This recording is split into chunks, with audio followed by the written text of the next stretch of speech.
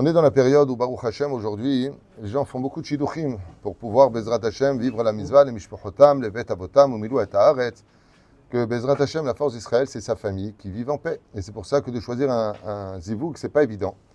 Même si j'ai fait beaucoup de cours sur ce sujet-là, il faut retenir que, il faut vraiment enquêter. Il ne faut pas se laisser avoir par des manipulateurs ou toutes sortes de personnes qui vont mentir ou des mythomanes.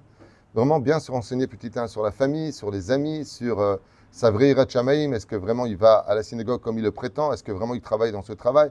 Et quand on a toutes ces données et qu'on voit Baruch Hashem qu'il est très aimé, que c'est une personne qui a des amis, qui est spéciale, ou alors une personne qui peut être aussi introvertie, c'est sa nature, en tout cas qui est normale, alors il n'y a pas besoin d'aller plus loin que ça. Parce qu'il y a des gens qui vont voir des rabbinim, par exemple, pour voir si les noms y correspondent, si les dates correspondent, si les mazalot correspondent. Et effectivement, ça joue un rôle et il y a des références à cela. Mais ce qui est un peu fâcheux, et ce qui me permet de parler de ça avec vous aujourd'hui, c'est que je me rends compte de plus en plus que dès qu'il y a des problèmes dans la vie, c'est à cause de la inara, de la sorcellerie, du voisin, de qui tu veux, sauf de toi.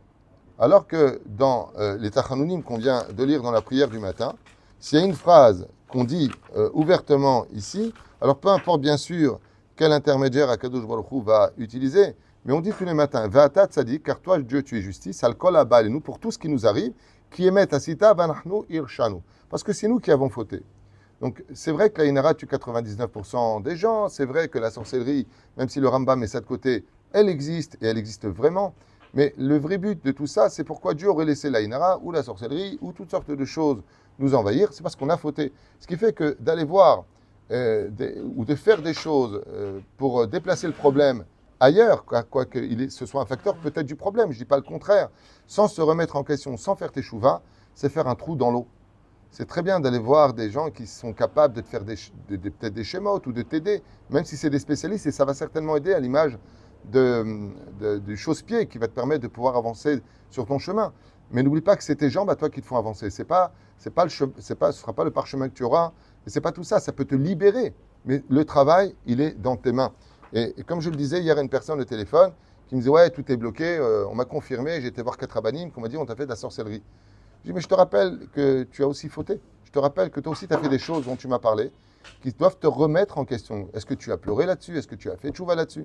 Et c'est très dommage qu'au lieu de travailler dans les couples notre humilité, notre compassion, notre entente, notre écoute, on va plutôt se référencer à des dates, à des noms et autre chose, alors qu'il n'y a pas mieux que d'enquêter soi-même, de travailler ses midotes et d'apprendre que quand on veut réussir un mariage, il faut laisser aussi une place pour l'autre dans notre existence, dans une réciprocité qui vous amènera à construire un bon foyer juif que Dat Moshe et Israël.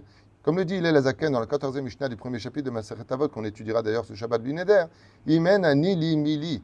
Si je ne suis pas pour moi, qui le sera? Hillel vient nous dire que c'est vrai qu'il y a certainement des facteurs qui peuvent être perturbateurs dans ton mazal, dans ta vie, mais n'oublie pas un détail, si Dieu a permis que ça arrive jusqu'à toi, c'est parce que c'est à toi de te mettre en question. Et comme d'habitude, je finirai avec cette phrase qui est tellement flagrante et évidente pour nous tous. Quand une épreuve arrive à nous, on veut qu'elle change, alors que l'épreuve était venue pour nous changer.